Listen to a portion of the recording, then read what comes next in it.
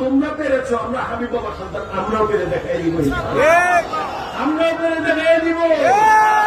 ভান্ডারীকে আমাদের চেয়ে বেশি কেউ ভালোবাসে, কবি বাবাকে আমাদের চেয়ে কেউ বেশি ভালোবাসে, আল্লাহ রসুলকে আমাদের চেয়ে বেশি কেউ ভালোবাসে।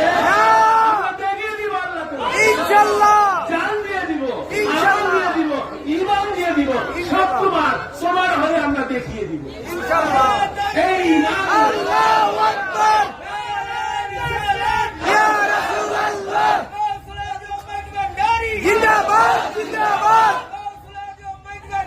জিন্দাবাদ জিন্দাবাদ। এই যে এইটাই চ্যালেঞ্জ যে আল্লাহ তুমি আমাকে সৃষ্টি করেছো, তোমার মন মতো হয়েই আমি ইনশাল্লাহ ইন্তেকাল করবো তোমার হুকুমে। যে দিন তুমি আমার জন্য নির্ধারণ করেছো, তার আগে যেন মালাকুল মউত আমার জীবনে না আসে। আমাকে একটু সময় না, ভুল করেছি, সামনে আর ভুল হবে না, কারণ তোমাকে, তুমি আল্লাহ ছাড়া আমি আর কিছু চাই না। তুমি আল্লাহই সবকিছু আমার জন্য। তুমি বলেছো নবীর কাছে যেতে, সেজন্য নবীর কাছে যাই। তুমি বলছো সাহাবীদের কাছে যেতে, সেজন্য সাহাবীর কাছে যাই। তুমি বলছো আলে বাইত রাসূলের কাছে যেতে, সেজন্য তার কাছে যাই।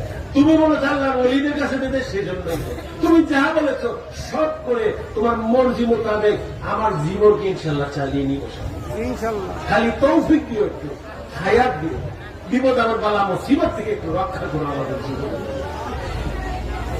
জীবন চলার পথে যেন মাওলা কষ্ট না আসে,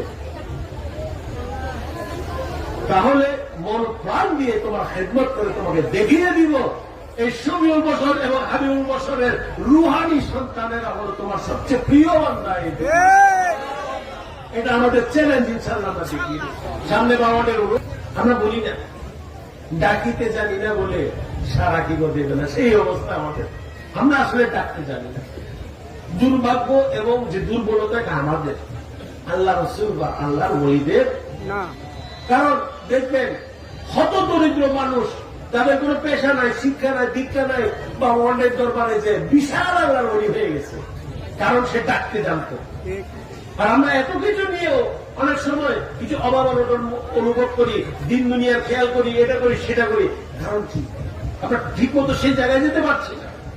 রমেশহীন নাপিত কোথায় চলে গেল?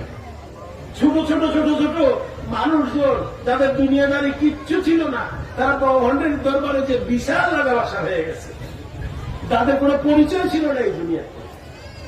এরকম অনেক খলিফার দরবার আছে, শাসকরা আছে, যারা এইভাবে কায়েম করে ফেলেছে, অতি সম্মানিত হয়ে গেছে তারা মানুষের।